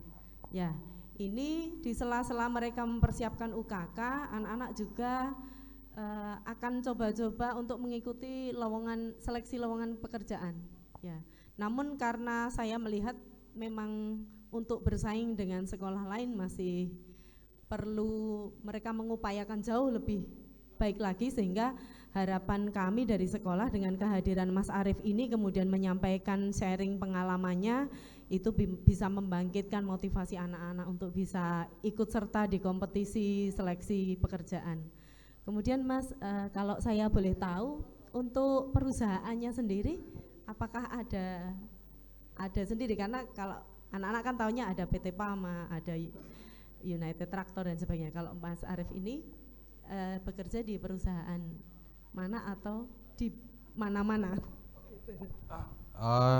Jadi teman-teman, seperti tadi saya informasikan Bu juga, bahwasanya saya saat ini bekerja dengan perusahaan dari Jepang, namanya Chiyoda Corporation. Jadi kantornya pun di Jepang. Di Indonesia nggak punya kantor mereka, seperti itu. Loh kok mereka percaya aja ya saya kerja apa enggak. Jadi kalau di dalam dunia project seperti ini, sistemnya adalah sistem trust ya. Jadi mereka percaya bahwasanya ya karena kita sudah profesional ya, secara bekerja kita udah profesional. Jadi mereka nggak perlu ada kantor di Indonesia. Jadi makanya sekarang ini saya bekerja di salah satu perusahaan dari Jepang, namanya Chiyoda Corporation. Dia salah satu perusahaan di bidang EPC tadi, engineering, procurement, sama construction, untuk pembangunan refinery atau pabrik pengolahan seperti itu tadi. Jadi seperti itu Bu, untuk perusahaan yang sekarang saya jalanin gitu Bu. Tapi sebelumnya saya ini sesuai janji saya buat Mas Diki tadi kan yang nanya 50.000 nih. Tepuk tangan dulu dong Mas Diki nih. Terima kasih. Semoga kesuksesannya menular, itu doanya ya. Jadi anak-anak sekalian, ternyata dari lulusan SMK pun kalau mau belajar terus, karena Mas Arief ini tadi beliau sampaikan belum sempat mencicip bangku kuliah, tetapi passionnya memang akan berkuliah, tetapi ternyata di bidang pekerjaannya menuntut lebih profesional kembali, dan itu bisa dipelajari itu. Kemudian beliau cita-cita jangka panjangnya mungkin masih tetap akan melanjutkan sekolah Mas. Ya, itu semoga anak-anak kami juga harapannya passionnya seperti itu, semangatnya seperti itu, karena kakak kelas kalian saja mampu, pasti kalian juga lebih mampu gitu. Ada lagi yang mau ditanyakan, silakan. Ini mumpung ada seseorang yang sangat-sangat profesional welding, atau bingung yang mau ditanyakan apa? ya mungkin ya itu tadi ya Bu, tadi yang saya share itu sesuai bidang saya ya, di welding ya, welding inspector. Sebenarnya untuk EPC tadi seperti saya cerita, sebenarnya equipnya ribuan gitu ya, bukan hanya pressure vessel atau bejana tekan yang saya share. Di situ tuh ada softwarenya juga, ada computerized-nya juga, ada mesin-mesin yang baik electrical juga, electrical instrumen maupun buildingnya ya. Karena selain welding inspector ini ada namanya civil inspector. Nah itu kebetulan ya mohon maaf bukan budak saya. Cuman saya screen share aja namanya civil inspector. Jadi civil inspector itu dia akan bertugas waktu project ini, dia akan memeriksa mulai dari material pasir, semen, air, kandungan air, sampai dia akan memeriksa bangunannya. Waktu proses bikin bangunannya kan tadi ada bangunan juga ya. Jadi selain peralatan atau equipment bejana tekan tadi ada bangunan-bangunan juga sebenarnya gitu. Nah, itu akan dicek oleh namanya civil inspector. Nah, apa itu civil inspector? Ya silahkan nanti bisa teman-teman tanya, cari atau dicek di Google ya, apa itu civil inspector. Seperti itu, Bu. Ya. Terima kasih. Anak-anak punya paketan? Ada yang punya? Coba iseng-iseng cari Arif Priharyanto Professional Welding Inspector. Nanti akan muncul beliau. Coba Google nama kalian, apa yang akan muncul di situ? Kalau kalian ketik nama beliau ini, kemudian diketik Professional Welding Inspector, nanti akan banyak sekali yang keluar di situ. Itu artinya begitu pentingnya, begitu berpengalamannya sehingga Google saja tahu begitu. Nah ini kalau tidak kalian manfaatkan, tidak kalian jadikan idola, jadikan sesuatu ya, wah aku harus seperti Mas Arif begitu. Paling tidak namanya sudah sama. Ada yang namanya Arif? Nah, paling tidak namanya sudah sama, itu insya Allah nanti keberuntungannya juga sama gitu Mas. Terima kasih. Tegar mau menanyakan? Ada yang mau nanya lagi? 50.000 lagi loh ya. Serius, saya serius ini. 50.000 itu bagi Mas Arif tidak ada apa-apanya karena beliau bayarannya euro bukan hanya dolar ya. Kalau dolar mungkin 16 ribuan, kalau euro itu sudah di atas 16. Ya, Mas, nama siapa Mas? Mas? Oh Mas Dio, apa yang mau ditanyain Mas? Gimana? Gagal dalam pekerjaan. Wah, pertanyaan yang bagus juga nih. Pasti ya Mas ya, karena setiap bekerja itu pasti ada kegagalan. Karena ya kalau itu lebih ke manusiawi gitu, humanisme gitu dia. Maksud saya seperti ini, saya kasih contoh seperti ini.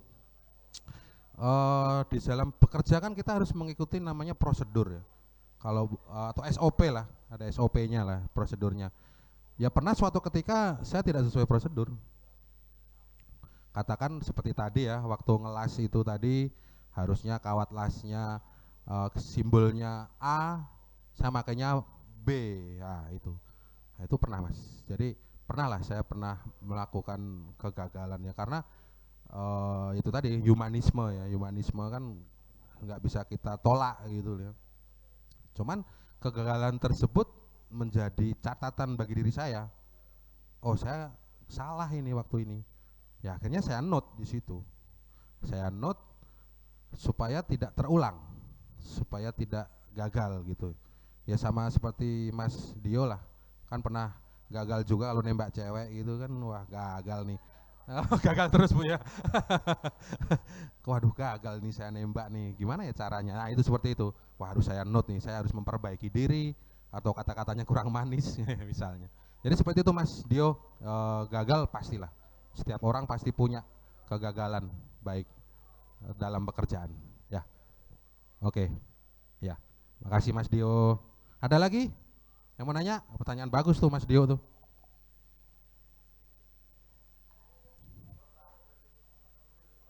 Janjinya saya, Mas.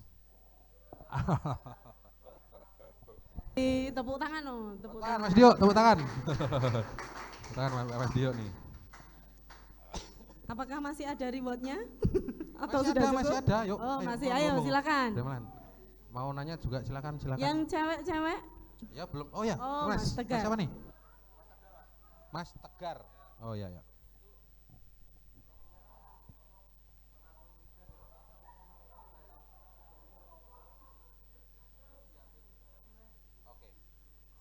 Jadi tangki tadi atau bejana tekan atau istilahnya pressure vessel lagi itu sebenarnya bukan hanya gas, Mas.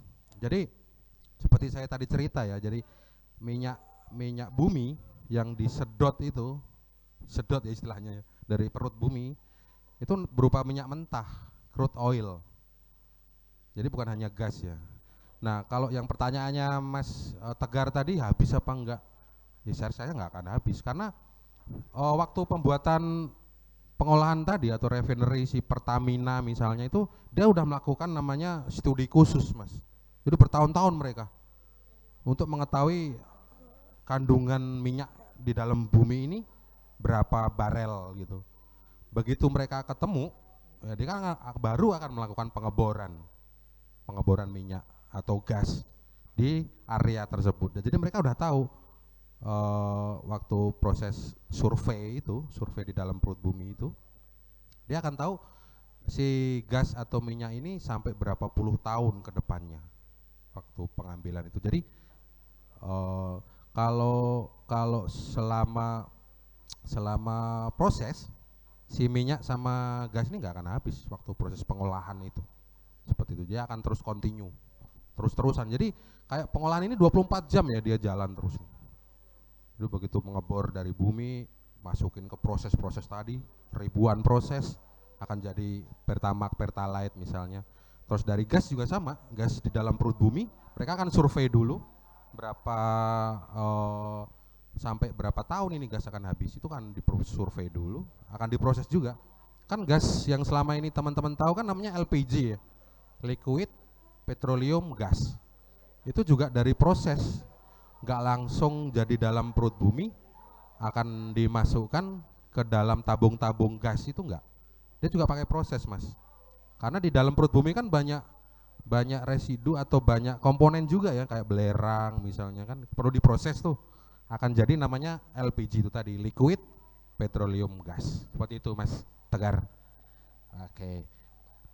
Rewat lagi buat Mas Tegar. Tepuk tangan dong buat Mas Tegar. Terima nih. kasih. Ada lagi. Yang di Ada belakang lagi mana nih suaranya yang nih? penting bertanya.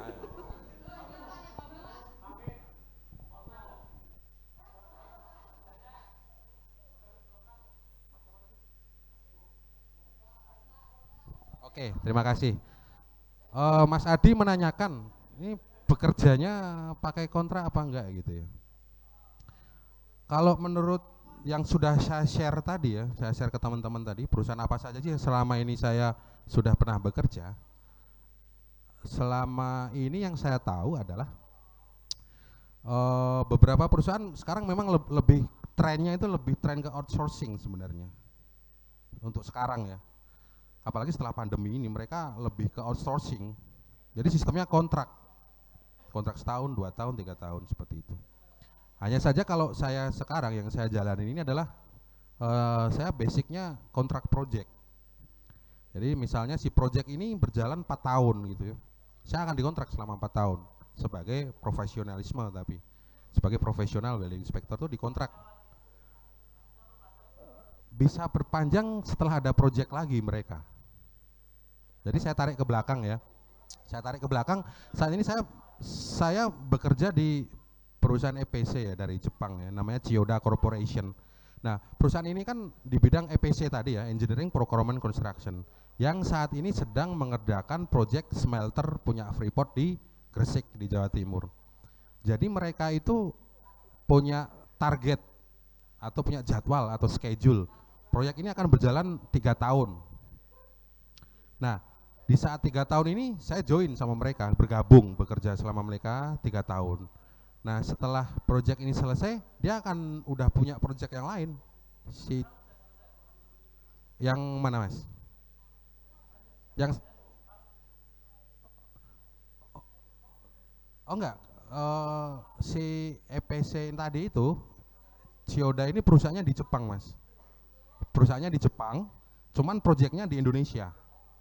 Yang di Manyar Smelter Freeport yang di Gresik itu. Jadi dia akan istilahnya dia akan mencari karyawan untuk bekerja di Indonesia. Betul. Jadi kerjanya di sini, Mas. Jadi perusahaannya itu di Jepang.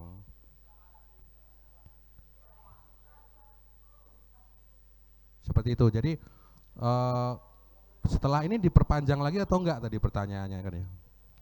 Ya ini kan perusahaan EPC ya, Engineering Procurement Construction kan dia akan punya beberapa project di seluruh dunia, bukan hanya di Indonesia, seperti itu. Nah kalau kita sudah bekerja di bidang seperti ini, kita akan punya link namanya. Link itu jaringan ya, jaringan teman-teman seprofesi saya lah. Dia pasti akan menginformasikan juga bahwasanya proyek-proyek yang lagi jalan di mana. Nah kita akan bergabung ke sana. Seperti itu Mas. Cukup ya? Cukup atau masih ada lagi yang mau ditanyain? Ini Mas, repotnya Mas. Ayo tepuk tangan, terima tepuk tangan kasih. dulu. Semangat, semangat.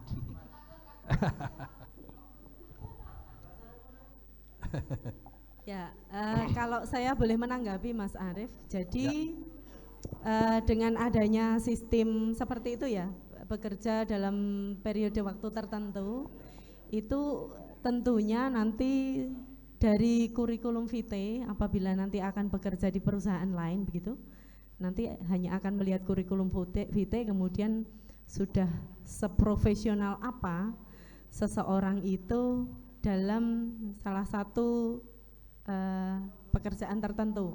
Nah ini tentunya nanti bukan orangnya yang akan mencari pekerjaan tetapi perusahaan yang mungkin akan mencari begitu ya kalau saya tidak salah tangkap.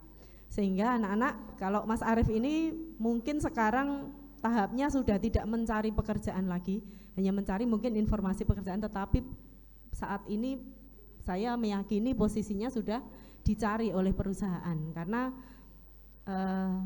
tidak banyak yang sangat profesional, tidak banyak yang sudah mendalami menekuni, sehingga hanya beberapa orang mungkin yang sangat profesional. Dan ini akan mempermudah perusahaan untuk merekrut begitu. Kalau saya bisa menangkap seperti itu ya Mas. Sehingga makin kalau seperti di TKR itu mungkin mekanik ya, semakin dia ahli semakin dia dicari begitu ya Mas. Jadi kalau ahli di bidang mobil roda 4 begitu, semakin dia paham semua elemennya baik mobil listrik maupun mobil yang biasa gitu, yang berbahan bakar bensin, solar dan sebagainya, pelanggan puas tentu orang-orang akan mencari kalian. Dimanapun kalian berada pasti akan dicari. Tetapi kalau mekaniknya abal-abal, guru sekedar nama tok, nama bengkelnya besar tetapi ternyata tidak profesional, ya tentunya orang tidak akan tertarik. Begitu juga dengan profesional wedding inspector ini. Ya, terima kasih.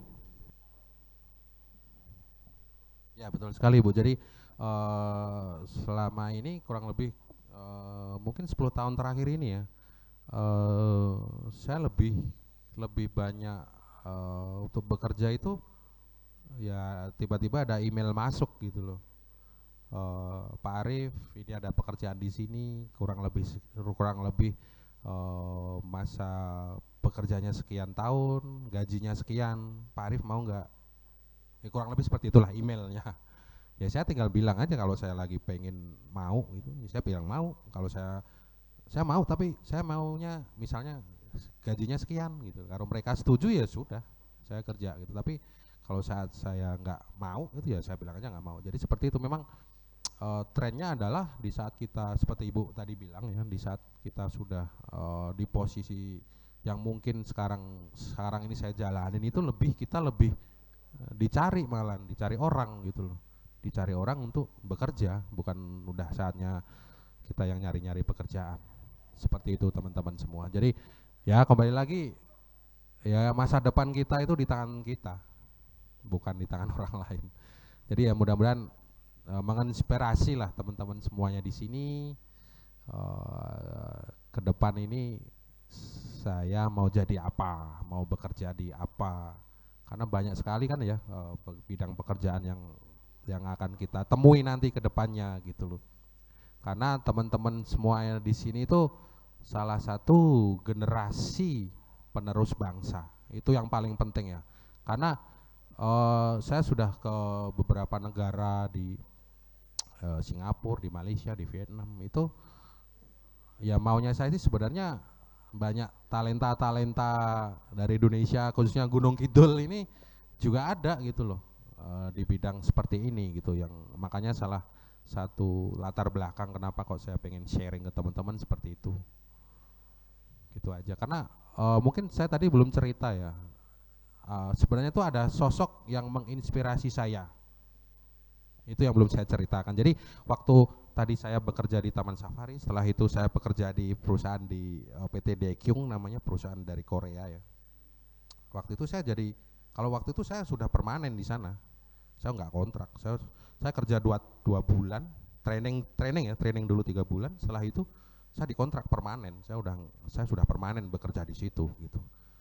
Nah, cuman kenapa kok saya resign gitu? Kenapa saya udah permanen, udah enak, udah nyaman, kenapa kok saya keluar gitu?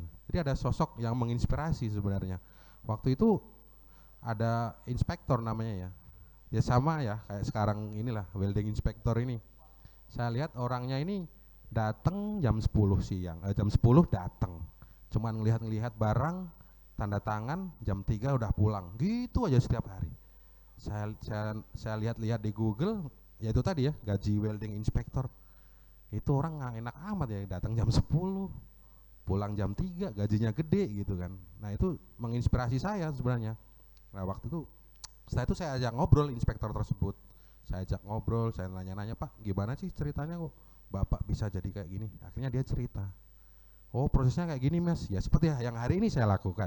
Jadi cerita dia, historinya kayak gini, langkah-langkahnya kayak gini, ngambil sertifikatnya kayak gini. Itu dia cerita semua ke saya. Dan giliran terakhir saya tanya, "Bapak dulu kuliah di mana?" Dia SMA IPA. IPS malah. Jadi dia itu lulusan SMA IPS. Bayangin aja coba. Lah dia aja SMA bisa kok. Ya, kenapa saya STM nggak bisa gitu. Jadi ya itu salah satu sosok juga yang menginspirasi saya. Akhirnya waktu itu saya memutuskan, berarti saya harus ngambil jalur ini dulu gitu. Walaupun ya itu tadi sampai saat ini saya masih pengen saya punya keinginan untuk kuliah itu masih pengen banget. Karena penting juga karena sekarang kan memang harus kuliah ya. Nah, jadi itu sekedar sharing aja gitu, salah satu sosok yang menginspirasi. Jadi kembali lagi tadi saya bilang ya, jadi ke depan nanti itu ya teman-teman sendiri yang memutuskan, bukan orang lain, bukan orang tua, bukan orang siapa, hanya diri kita ke depannya mau seperti apa. Itu aja sih, Bu. Makasih. Terima kasih. Masih ada yang mau ditanyakan? Ya, yang saya Maria. Maria. Mau pakai mic? Oke, yang keras.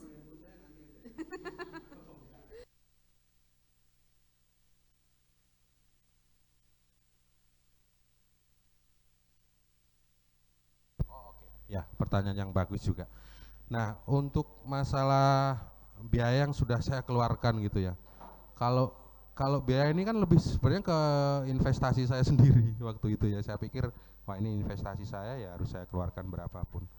Jadi saya share lagi ya. Jadi kayak tadi di CV saya yang saya sudah share ke teman-teman tadi ya. Kita ambil contoh. Oh, tadi saya juga belum share ini ya. Saya share sertifikat saya ya. Nah, ini contoh sertifikatnya ya, yang dikeluarkan dari UK, dari di sini kan TWI namanya, The Welding Institute. Ini dari UK yang mengeluarkan. Ini kartu nama saya. Dan sertifikat ini berlaku hanya 5 tahun kayak SIM. Jadi per 5 tahun kita harus renewal. Kenapa kok harus renewal? Kan setiap tahun itu kan berkembang ya metode teknologi, makanya kita harus setiap 5 tahun kita harus upgrade lagi. Jadi sampai saat detik ini saya nggak pernah berhenti untuk belajar terus. Saya harus belajar terus karena setiap 5 tahun sertifikat saya harus di renewal gitu ya. Ini akan 2026 baru nanti akan expirednya. Nah, untuk mengambil sertifikat ini saya tadi udah cerita ya, di tahun 2011 ini kurang lebih saya habis 25 juta lah untuk ngambil sertifikat ini dengan sistem file and gone tadi. Kalau misalnya kita ngambil sertifikat ini nggak lulus, ya duitnya angus, hilang, bablas. Seperti itu. Nah, ini untuk welding inspector. Nah, terus sertifikat yang berikutnya adalah NDT atau non destructive test. Yang tadi saya cerita ya, yang mengeluarkan ini Multispec Sinergindo ya. Ini perusahaan juga. Ini yang ini pengujian dari yang tidak merusak lagi berdasarkan dengan ASNT tadi yang saya cerita tadi dari Amerika tadi. Nah, ini untuk liquid penetrant testing, terus ini untuk radiographic interpreter, dan ini untuk magnetic particle testing. Jadi satu metode ini kan ada 3-4 metode tadi ya saya cerita. Satu metode aja, satu sertifikat itu kurang lebih kalau sekarang di angka 10 jutaan untuk ngambil sertifikat ini. Itu juga sama sistemnya, kalau kita waktu ujian nggak lulus, duitnya bablas juga, hilang, hangus gitu loh. Makanya seperti tadi saya cerita, perlu persiapan, memang kita harus belajar teorinya, kita harus belajar prakteknya sebelum mengambil sertifikat ini. Dan ini juga dari TWI ya. Kalau ini untuk painting ini. Seperti jadi tadi kan setelah welding terus dilakukan NDE tadi. Jadi welding saya punya sertifikatnya, NDT saya punya sertifikatnya, termasuk ngecek painting atau pengecatan tadi itu saya juga punya sertifikatnya, walaupun ini masih attendance atau saya belum melakukan maksudnya saya belum ikut ujiannya, baru ikut kursusnya aja karena saya belum siap, karena saya mikir lagi, waduh duit segitu, nah ini kalau nggak lulus, kalau sekarang kan siapa udah punya anak istri lumayan juga gitu kalau nggak lulus. Makanya untuk yang painting ini saya baru attendance itu maksudnya saya ngikutin kursus tapi saya belum ikut ujiannya. Seperti itu. Jadi kalau di total tadi NDT 10, 4 metode 40 juta, terus welding inspector sekitar, ya kurang lebih kalau di overall sekitar 80 juta lah. Kurang lebih seperti itu. Tapi itu kembali lagi ya investasi sebenarnya. Dalam arti investasi, perusahaan kan memerlukan orang yang qualified itu bisa maksudnya, sama certified, bersertifikasi. Jadi orang itu walaupun dia bisa, dia ngerti, paham, tapi dia kalau nggak punya sertifikat ya nggak akan di hire, atau bukan di hire, maksudnya nggak akan dijadikan karyawan mereka. Seperti itu Mbak Maria. Cukup atau masih ada lagi? Cukup ya? Oke deh. Saya transfer aja ya yang 50 ya. Oke. Ada lagi teman-teman? Ayo. Masih ada waktu ini untuk sesi tanya jawab. Ya, Mbak siapa? Mbak Laruna. Nah, namanya bagus, Mbak Laruna.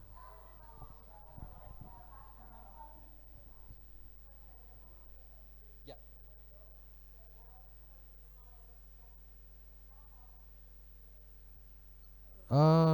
Oke Mbak, terima kasih, pertanyaan yang luar biasa bagus tentang bahasa Inggris.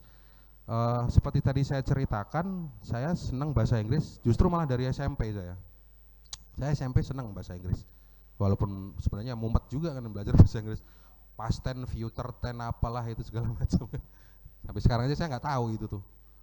Nah, selain memang saya suka bahasa Inggris dari zaman sekolah ya, terutama sampai STM, saya senang bahasa Inggris. Saya upgrade juga Mbak. Saya ikut kursus waktu itu.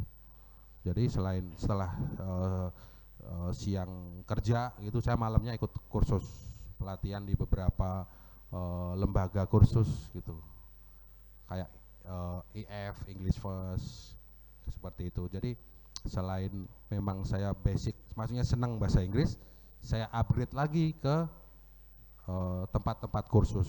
Selain salah satu cara juga saya senang lihat film-film bahasa Inggris tanpa teks. Ya, saya tanpa subtitle, betul. Jadi saya sambil dengerin, oh dia ngomong apa sih, saya catat, oh ini artinya ini, oh jadi saya belajarnya dari situ. Ya akhirnya secara tidak langsung dan tanpa saya sadari, saya kan juga nggak tahu ya, waktu sama teman-teman semua itu sama mungkin ya, waktu saya sekolah kan juga nggak tahu akan jadi di proyek bekerja di seperti ini, saya nggak tahu waktu itu. Cuman waktu itu Saya berpikirnya ya karena seneng aja sih gitu ya, seneng terus saya dalemin, suka gitu. Dan secara tidak langsung ternyata dipakai sampai hari ini gitu, sampai sekarang itu pelajaran bahasa Inggris tersebut. Makanya tadi saya bilang jangan pernah tidak mau, jangan pernah bosen, males untuk belajar bahasa Inggris. Itu penting, sangat-sangat penting sekarang ini. Seperti itu, karena seperti itu Mbak Laura. Kasih ya pertanyaannya. Ada lagi teman-teman? Ada yang mau nanya lagi? Ya Mas, siapa Mas?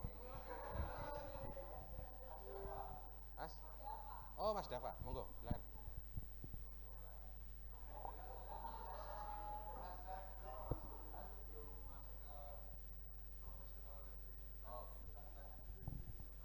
Oh saya ya.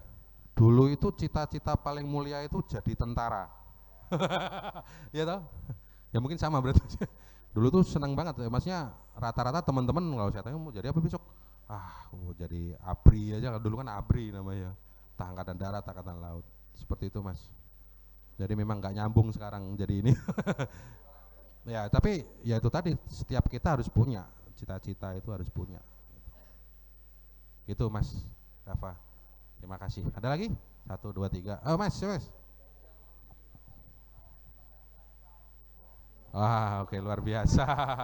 Pertanyaan luar biasa. Tepuk tangan dulu Mas.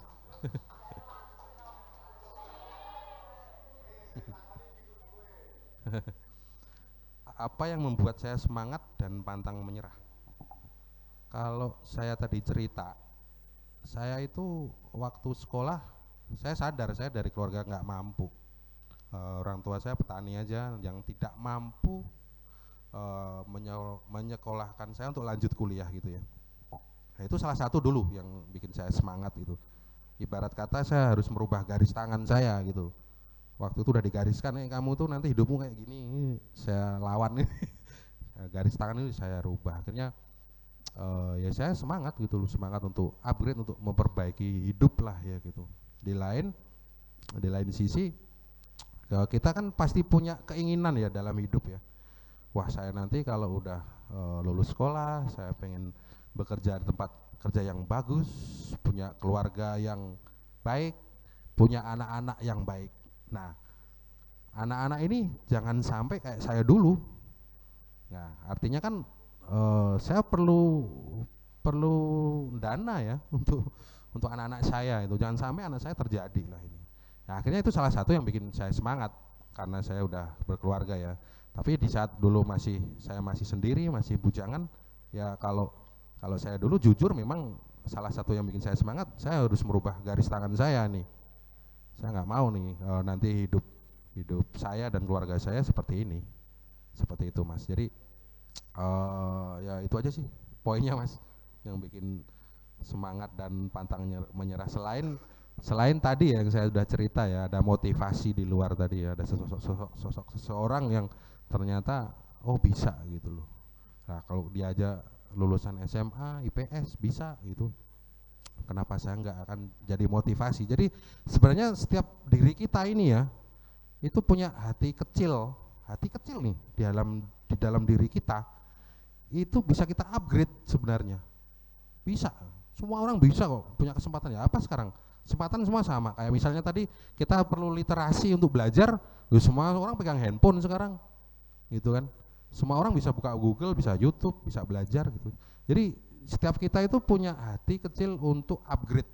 Nah teman kembaliin ke kita, tingkat magernya ini berapa persen nih, males lah, ya paling gitu, itu yang harus dilawan sebenarnya. Itu harus benar-benar dilawan, karena semakin kita banyak literasi, kita semakin banyak baca, semakin kita banyak tahu, wawasan kita kan bertambah gitu. Nah itu akan menjadi motivasi di hati kecil kita itu tadi. Seperti itu Mas, yang bikin saya untuk terus tetap semangat dan penuh harapan sampai hari ini. Itu oke. Ada lagi? Makasih ya Mas. Ya Mas.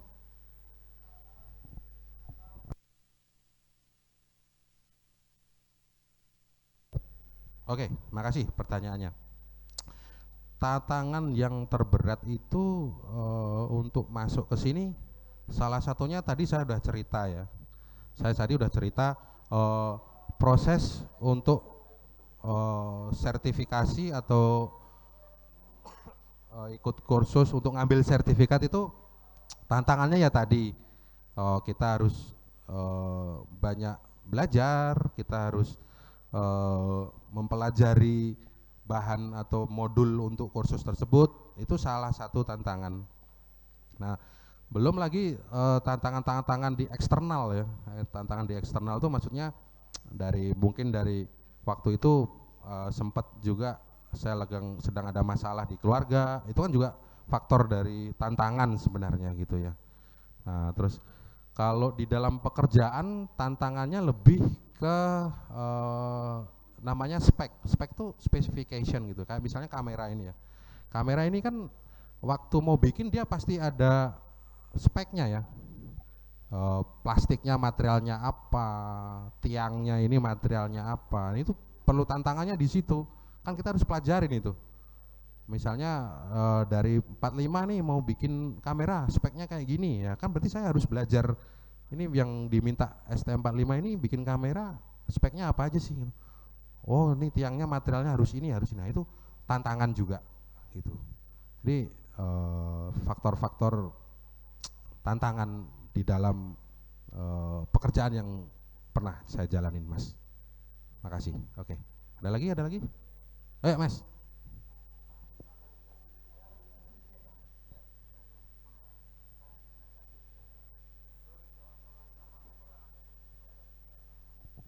Oke, Mas siapa tadi? Mas Ardan ya. Oke, Mas Ardan, makasih pertanyaannya. Kalau ditanya keuntungan dan apa tadi? Kekurangan. Kalau ditanya kekurangan nggak ada. Ya justru yang ada adalah keuntungan. Karena kan hubungannya tentang yang saya ibaratkan tadi, bisa nyetir nggak punya SIM ya nggak bisa jalan. Nah, jadi lebih ke keuntungan sebenarnya, karena selain kita bisa gitu, kita ngerti, kita paham pekerjaannya, kita didukung dengan dokumen tersebut. Oh ini loh aku udah punya sertifikatnya gitu. Jadi kalau misalnya kita bekerja di kayak tadi pengakuan pengujian ya, dia ngerti cara ngetesnya, kayak dari radiografi atau kayak ronsen tadi, dia tahu prosesnya gimana cara ronsen segala macam. Cuman karena dia nggak punya sertifikat, dia nggak boleh. Nah, jadi kan artinya dari sertifikat tadi sebenarnya keuntungan aja yang ada, nggak ada kerugiannya. Gitu, Mas. Kasih ya. Oke, pertanyaan terakhir nih. Kelihatannya udah bel nih. Ya, Mas. Mas siapa, Mas? Oke, gimana? Oke, pertanyaan yang bagus juga nih. Resiko jadi welding inspector. Kalau secara pekerjaan sendiri ya, resikonya itu safety, ada unsur safety, karena waktu kita ngecek tadi ya, kita melakukan inspeksi, kan saya quality control ya, quality control untuk kontrol kualitinya. Nah di saat mereka melakukan pekerjaan construction tadi itu, bikin pabriknya tadi ya, pengolahan refinery, kita harus naik itu, Mas. Kita harus begitu tangkinya tadi kan masih posisi gini kan jadi berdiri nih. Nah kita harus ngecek itu sampai ke atas, kita naik. Ya kan unsur safety-nya, resikonya lah ya, resikonya. Belum lagi nanti inspeksi di tengah laut. Pernah lihat ya pengeboran minyak di tengah laut? Pernah lah di TV atau pernah Mas ya, Mas Tegar ya, di tengah laut gitu kan mereka melakukan pengeboran minyak itu ya. Ya resikonya ya kecemplung laut. gitu. Ya itu banyak sih kalau resiko pekerjaan secara teknikal ya, secara di lapangan itu ya banyak banget resikonya. Belum bahaya kebakaran, kena apinya, belum kena gasnya, banyak untuk resikonya. Tapi kalau secara dokumen tadi kayak sertifikat ya nggak ada resikonya itu gitu. Tapi secara pekerjaan untuk welding inspector resikonya kurang lebih seperti itu, Mas. Nah, oke, terima kasih. Oke, makasih pertanyaan. Sudah saya tutup. Teman-teman kalau belum ada yang jelas, sekali lagi ya bisa nanti lihat di Google, di YouTube atau media sosial yang lain, apa itu tentang welding inspector, apa itu tentang EPC, Dan sekali lagi semoga apa yang saya sampaikan ke teman-teman semua menjadikan inspirasi, wawasan ke teman-teman agar bisa sedikit menambahkan pengetahuan dan memutuskan nanti setelah lulus dari SMK 45 kita tercinta ini mau kemana. Seperti itu harapan saya sih, ya nantinya ada 1 atau 2 atau 3 teman-teman itu bisa gabung di proyek seperti ini agar bisa banyak talenta-talenta dari Gunung Kidul yang bisa bergabung di proyek seperti ini. Seperti itu saja, terima kasih Bu sudah diberikan waktu, terima kasih teman-teman, selamat siang. Terima kasih, kita berikan aplaus yang meriah untuk Mas Arief Priharyanto. Satu hal yang saya bisa petik, jangan pernah berhenti untuk belajar, itu kuncinya ya. From zero to hero. Jadi dari SMK 45 sekarang menjadi professional bidang inspektor. Sehingga tidak salah kalau kami kemudian memberikan waktu bagi Mas alumni kita untuk sharing pengalaman, karena kalau kalian pengen sukses, mendekatlah kepada orang yang sukses. Nah ini salah satu hal yang kami upayakan kepada kalian sehingga kalian lebih terbuka, lebih termotivasi untuk bisa belajar lagi, belajar terus. Tidak hanya lulus SMK terus kemudian bingung mau kemana, tetapi kemudian sudah mau meniti karir di mana, kalian sudah bisa merencanakan dari sekarang. Kami mohon izin untuk foto bersama apabila diperkenankan. Silakan anak-anak maju ke depan biar diambil gambarnya. Event seperti ini jarang loh ya. Ayo silakan. Menata diri di depan, ayo.